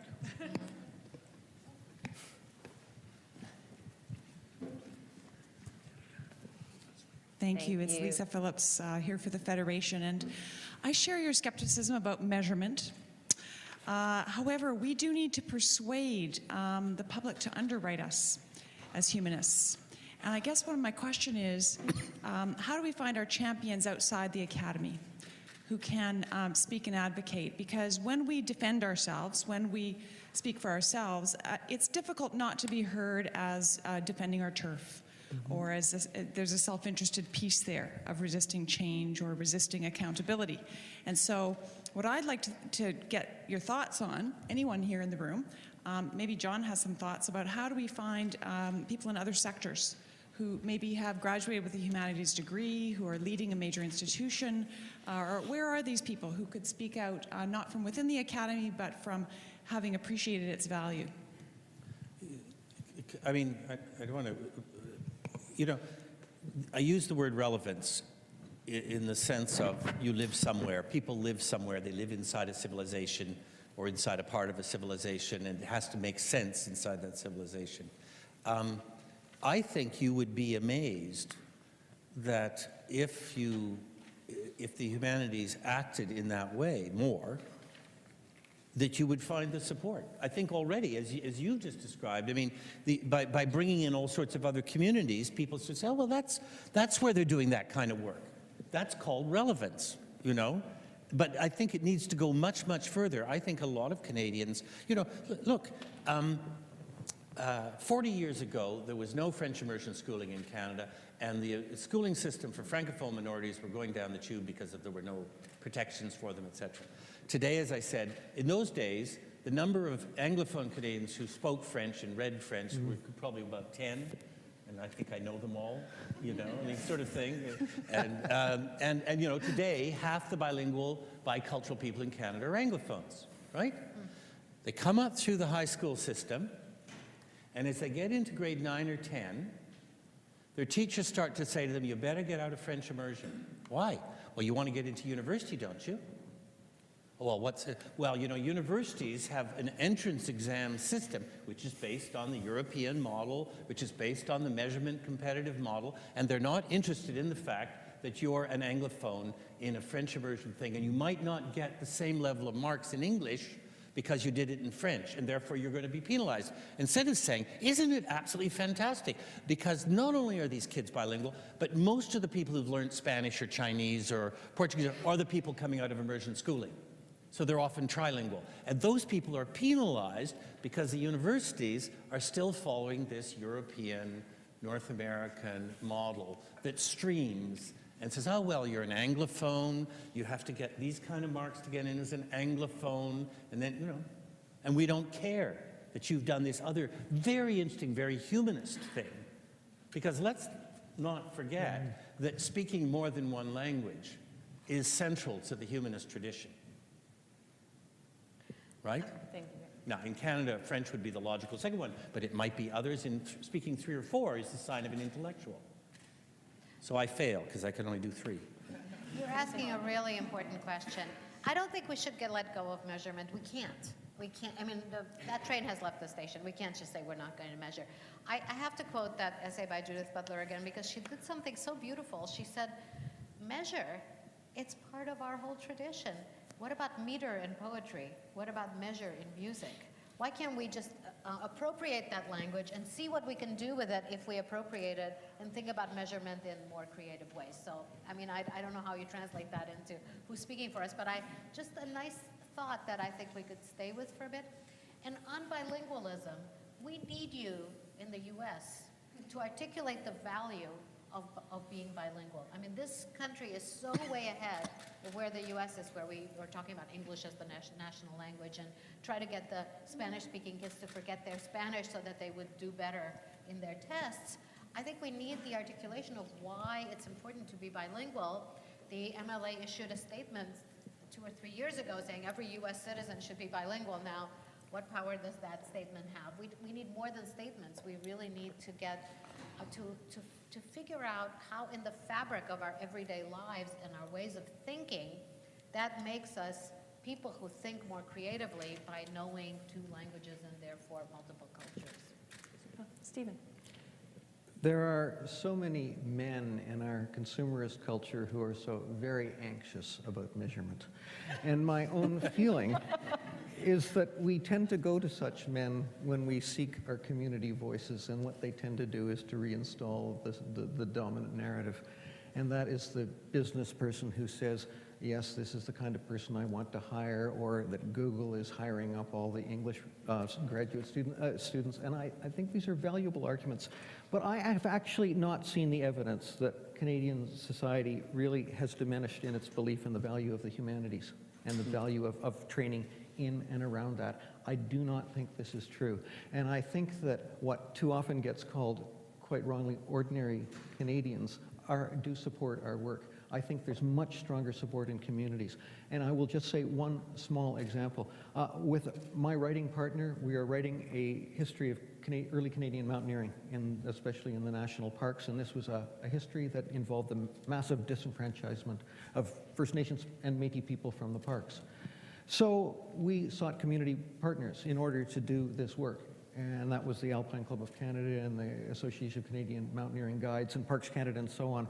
But we also went to the Stoney Nakoda Nation and said, we seek to get the story right, not to write your story, but we can't do this outside of a kind of a partnership. And we found there that what they said to us was, people don't come to us in advance of forming their research projects. They work them all out in advance, they get them funded, and then they come in and ask us to be kind of native informants for those kind of projects, and it is never an equal partnership within it.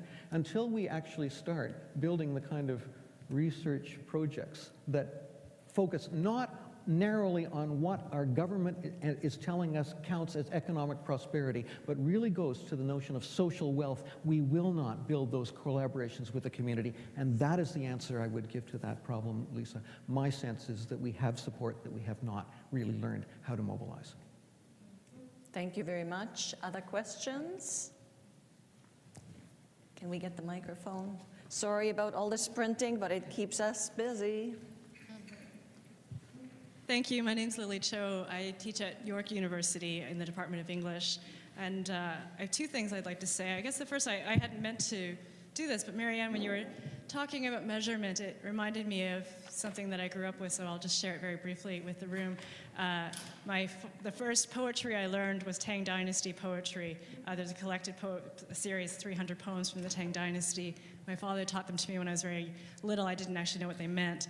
But he taught them to me because he was in prison during the Cultural Revolution and was put in solitary a lot, and he marked time by reciting those poems, and he would mark time through the revolutions of the poetry as he sat in his cell. And so it seemed to me that he was trying to tell me something about changing how I understood the movement of time in relation to language. It should not have surprised my parents that I did not become the medical doctor or the chartered accountant of their dreams, and instead pursued a doctorate in English literature. And now I come to the question. In one of the hats I wear right now is as undergraduate program director for the Department of English. And one of the surprising things about, so there are a couple things that happen in this job that I'm only just learning because nobody told me that this would happen. One of them is that every week dozens of students come to my office terribly afraid about their future and about what job they'll get. And we talk about that in all kinds of ways, as best as I can figure out how to do it. The other thing that happens, which was also enormously surprising, was a weird retail part of the job, where on certain weekends, I meet with parents on preview days, and I try to tell them how great it is that their kids are interested, that their children are interested in coming to York University to study English or the humanities or whatever, wherever table I happen to have been stationed at. I'm, and having worked years in retail, I'm actually pretty good at it, but it was always very surprising. I'm shilling a bit, right? And again, what I encounter in that experience, and I've done it a few times now, is a lot of fear, right? So there's this desire. These parents, and for those who don't know, York University, I don't remember the exact number because I'm terrible with numbers, but I think 60% of our students are the first people in their family to have gone to university, right? So we have a very diverse population, and a population of students who are taking enormous risks, perhaps not unlike the Ralston population. And I meet with these parents, and I'm asking them to trust in a future they can't know, right? So I'm saying to them, how great it is that your kids are interested in pursuing a degree in literature. Here are all the wonderful courses they can take. But I know why you're worried, and I know why you're anxious, and I'm going just to tell you, don't worry. It's going to be fine. You need to trust in a future you can't know, and that this degree, unlike seeing your child in a chartered accounting program where there seems to be a really obvious end, it's not that. But you have to sort of trust in a future you can't know. And of course, that's not a very comforting thing to tell parents who work very hard and try to send their children to school. So my question, I'm sorry this has taken so long, but my question to the panelists is, what you've done so wonderfully tonight is articulate a series of futures for the humanities. But I wonder if you could speak to how we can learn to trust in the unknowable parts of the future that I think the humanities have been so good at asking us to believe in. Thank you. Yeah, great. Anybody wants to take that on? It's a beautiful question, actually, the unknowable parts of the future. I think that's precisely what one might tell parents, precisely is that there isn't a field or a career right now, given the economic picture of the last 20 or 30 years, right? That is a surefire, money-making, secure field. When I decided to go into literature, my father, who was a Holocaust survivor and an engineer who moved to the United States as an immigrant but had a really good education in something practical like engineering, was able to get a job. It was the early 1960s. He was just able to get a job within a few days, even though he didn't really know English, but he knew how to do structural engineering. And he thought the same would be true for me if I went into a scientific or technical field. When in the 1980s, a lot of engineers lost their jobs in the Reagan crisis, I had tenure in literature, and I said to him, see, this worked out not as you thought, for tenure in the university in literature, have a job for life, and your young engineering colleagues that you helped educate are losing their jobs. But I think it's the unknowability precisely that we really don't know what the future will bring. So maybe what we can offer our students is ways of thinking about these problems. And we need, and as I said before, we need to articulate the creativity of thinking and the improvisational qualities that come from understanding not just humanities, but new ways of thinking and ways of putting things together that aren't beholden to old ways of doing things, which includes the way we've structured our disciplines. And I think we need to cut across the disciplines as they've been configured and think about problems and how we're going to approach problems. So I love the mountain as a thing to study, as an object of study. I hadn't really thought about that. I've thought of the oceans, for example, which have become really important. But how can we maybe structure objects of study differently in order to look to the future? Thank you very much. Anything to add? Well, Lily, I would say that your own work, your own research seeks the difficulty in the stories of diasporic citizens in Canada, stories that are not told and are not built well enough. And I suppose if there's one argument I'd really want to advance, it's the one that says that our own students bring such a wealth of stories to us, and we don't necessarily tell those stories, and the trust in the future is to trust in those students. So I'm struck by the fact that the humanities has 60% of students in Canada in the humanities are women, and that the humanities and the social sciences teach 59% of our students, and we get 12% of the funding. And what is going on here is a disarticulation between research and teaching. The thing that is bothering me most about this is that the idea that is emerging very much in the corporate university that teachers teach and researchers research, and that this should happen. I think this is wholly wrong, and it is completely against the spirit of the question that you say trust in the future. The purpose of the university is to teach, and the purpose of research is to support that teaching. It is one of the reasons why when people argue for basic or what they call curiosity-driven research, they don't mean that at all. What they really mean is that they who are the teachers understand that when they focus on their research projects, they are doing it in a way that is inclusive of their students, that is empowering for their students, that imagines a way of bringing them to the difficulty of the material and bringing them forward within that one. And it is when we go into the research excellence kind of model that gets these people who come to universities and never get distracted by a real student, that the idea that that is the research we should do is simply not right. And so I think that the research, that the humanities might find some strength in remembering who our students are, what their stories are, and how we bring that together. And just one point about this one. One of the statistics always brought against the humanities is that we're not doing as much for international students as are the other disciplines. We're at 8%, and domestic students are at 17% of humanities, and so therefore we need to do more to attract the rising market of full-paying international students.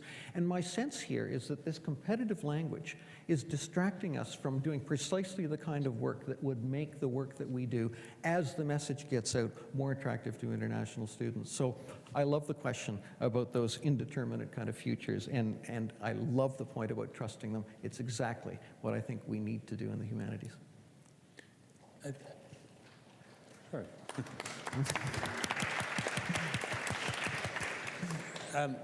You know,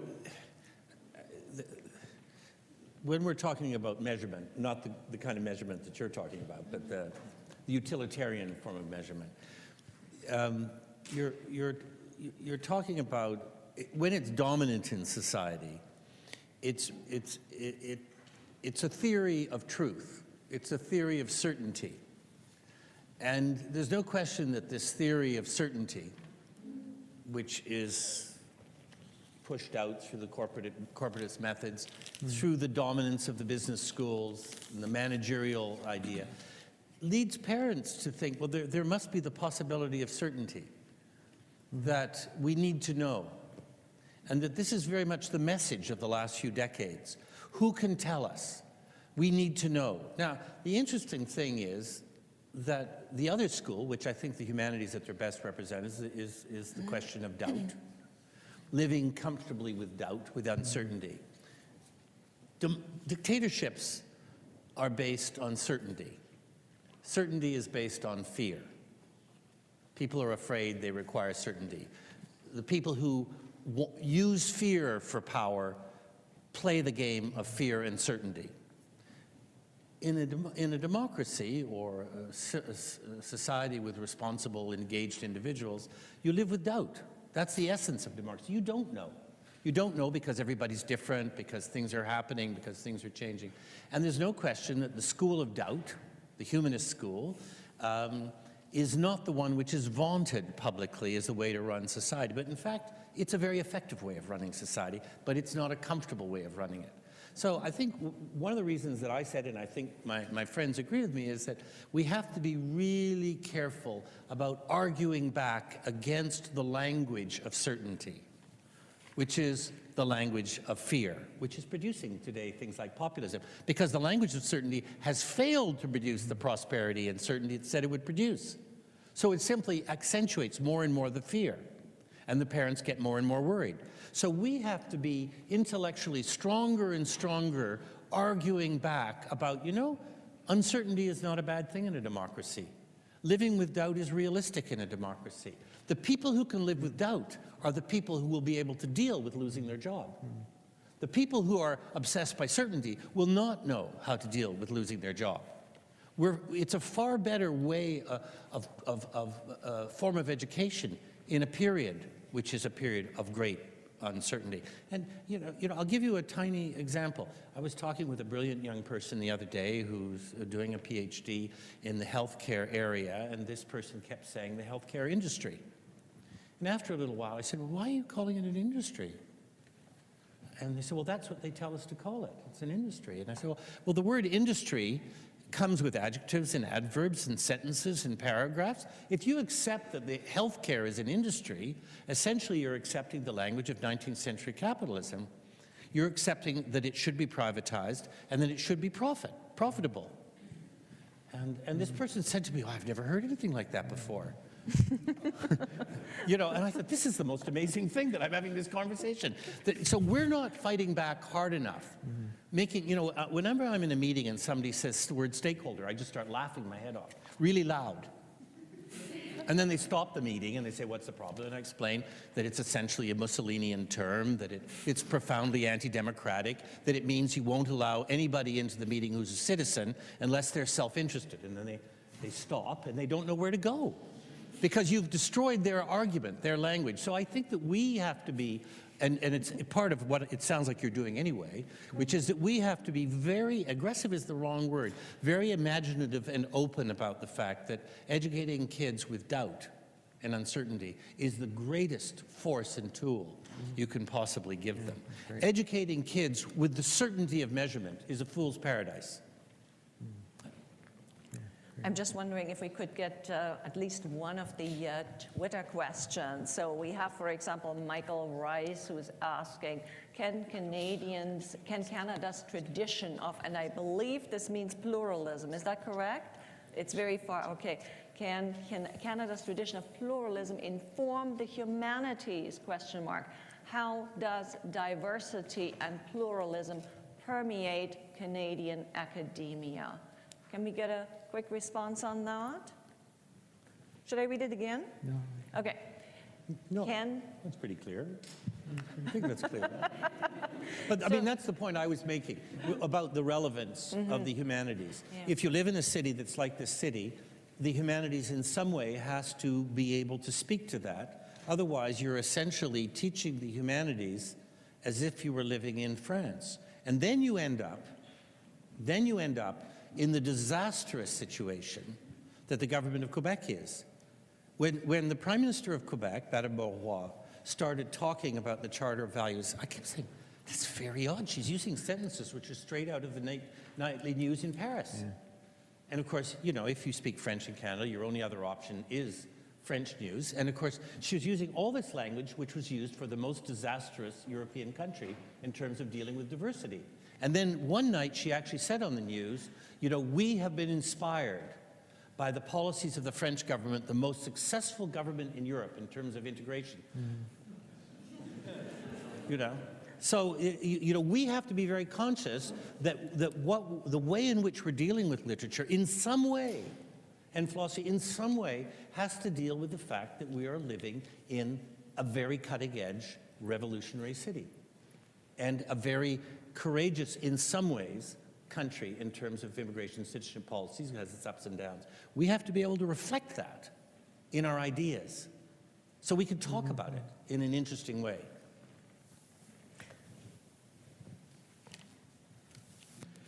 First of all, thank all three of you for sharing your perspectives on the humanities, whether looking at the past, the present, or, as the young lady back here has mentioned, the future generations. And I have some very courageous and very difficult conversations as well, especially with parents, on selling them of the idea that perhaps her department is one they should seek towards in terms of their children and them hopefully having a prosperous future. I think what is also a staple is the fact that today is the 180th anniversary of our city, the great city in which we live in today. And I think many people here would agree with me that I think that we can have a great party at Harborfront, perhaps at City Hall itself, in the ice rink area, or even here in the backyard of Ryerson, where I attended school. I don't think we need to go on Jimmy Kimmel to celebrate Toronto's birthday.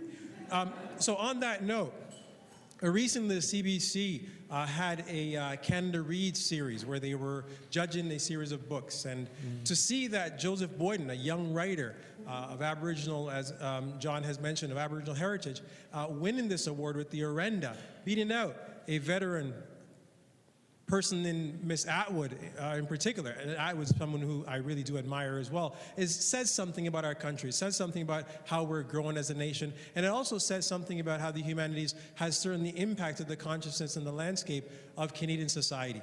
I think that is undoubtedly, and I think that we have to give ourselves much more credit than sometimes we do.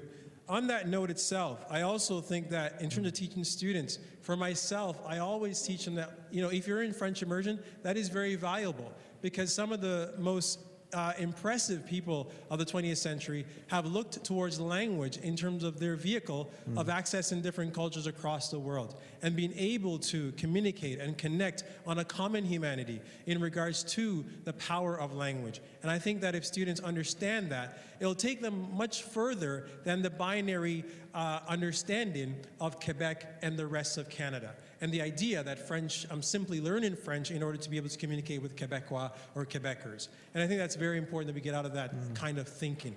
Rather, language is something that's fluid, it's international, it's global, and therefore we should teach students about the importance of linguistic development over the notion of language for currency, for higher pay, or for industrial purposes.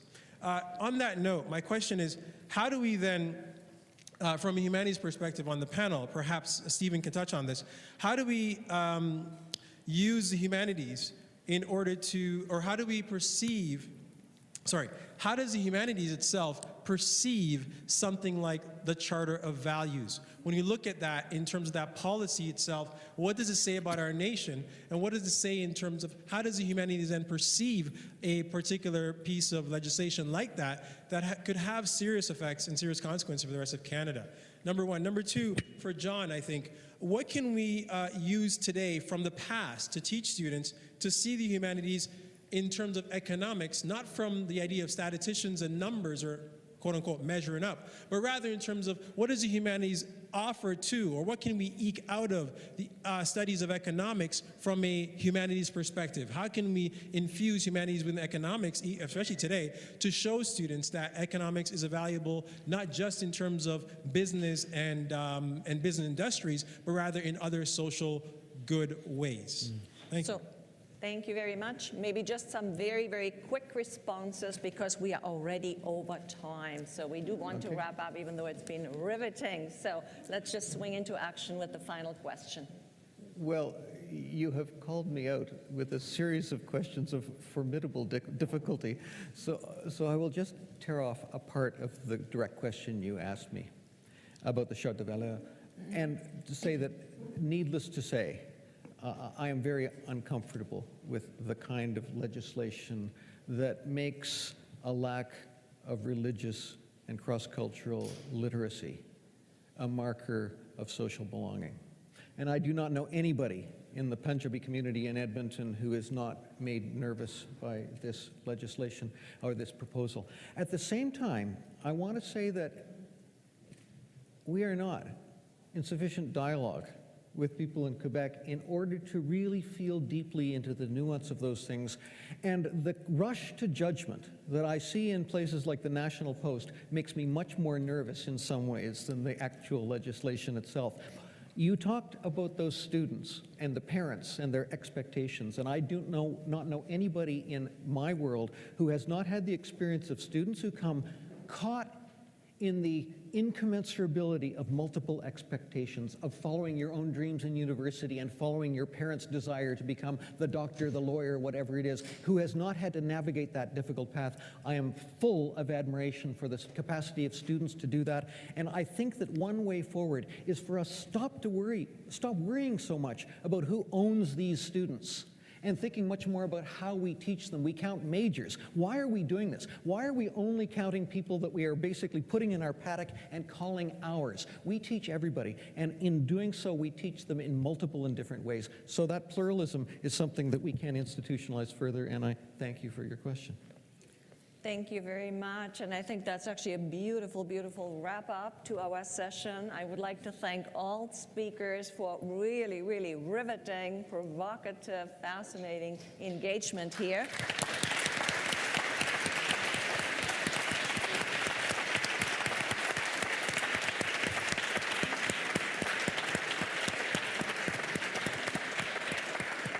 Thank you. And I would also like to extend that to our audience, an audience that has been very, very attentive and with very, very strong questions. And we, I think, had about 120 people here tonight, so a very wonderful turnout as well, which I want to thank you all for. And would just like to say the event will be available to view on a RICast, so if you'd like to review some of the answers, because I know things go by very, very fast.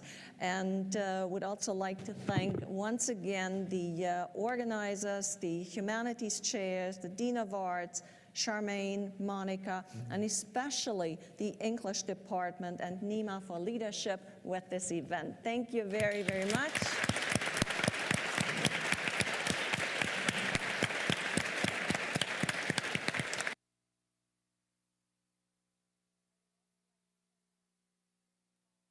Who have been going around with the mic all the time, so let's give them a round of applause as well.